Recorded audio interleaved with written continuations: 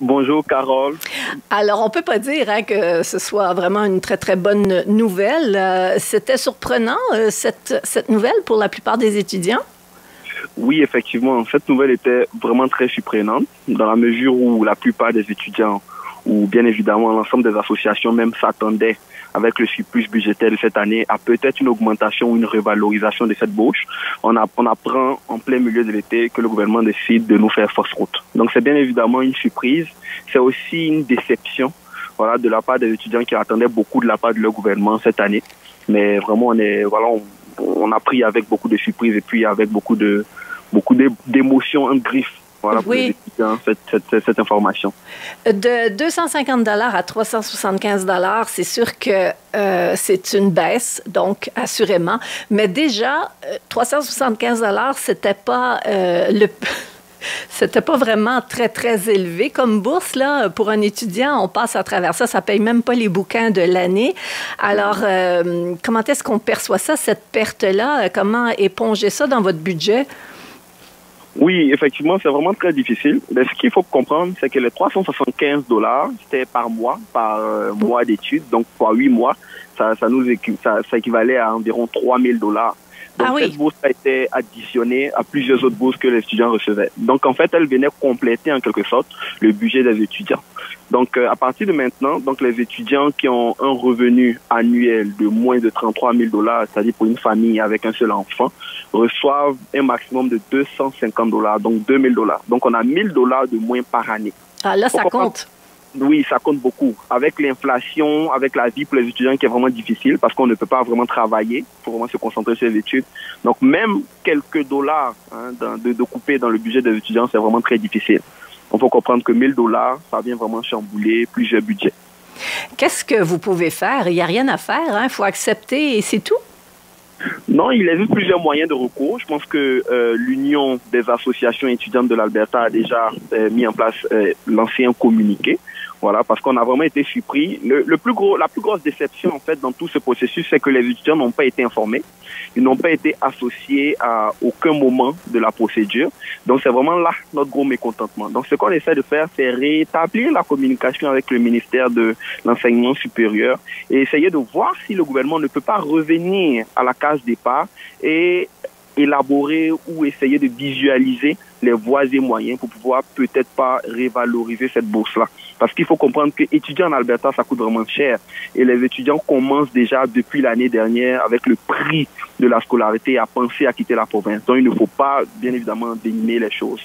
Donc, c'est dans ce sens-là que vont aller les prochaines discussions avec le ministère de l'Enseignement supérieur. Oui, parce que c'est ça, effectivement, le prix, donc, chaque année pour étudier en Alberta a augmenté. C'était une augmentation de combien déjà? Il faut dire que chaque année, ça dépend effectivement des programmes, mais certains programmes, comme les programmes en droit à l'Université de l'Alberta, ont connu une augmentation de plus de 50%. Et c'est vraiment... Oui, c'est énorme, là.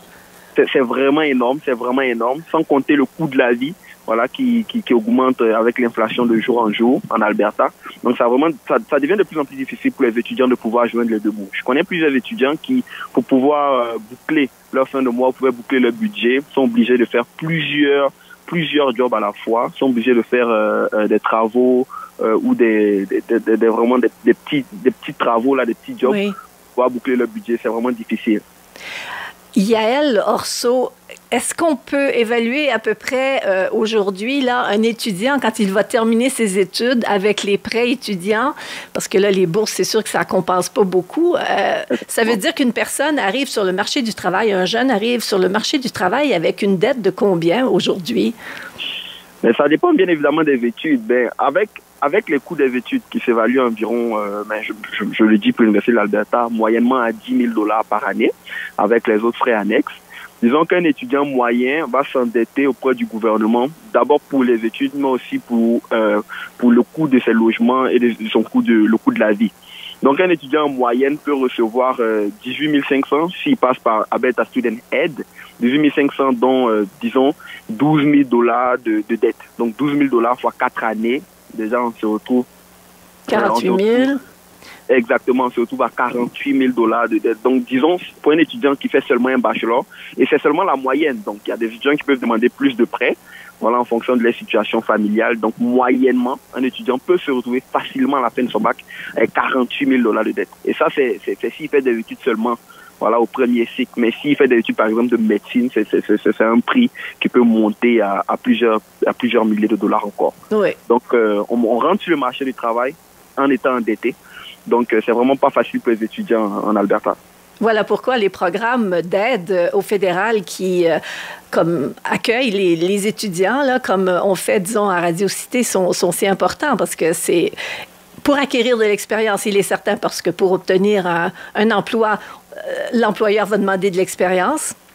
Alors déjà, il faut acquérir cet emploi-là, mais quand on arrive sur le marché du travail avec une pareille dette, exactement, c'est vraiment lourd.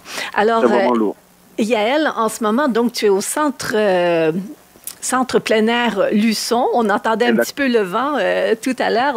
C'est donc dire que cet été, toi qui étudies en sciences politiques, tu te retrouves comme coordonnateur de ce camp d'été de la CFA régionale d'Edmonton. C'est bien ça?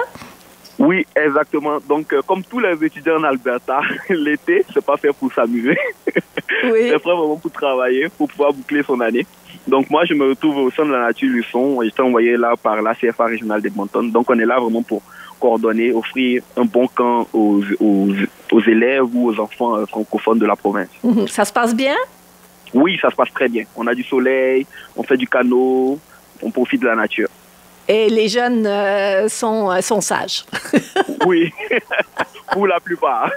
Pour la plupart.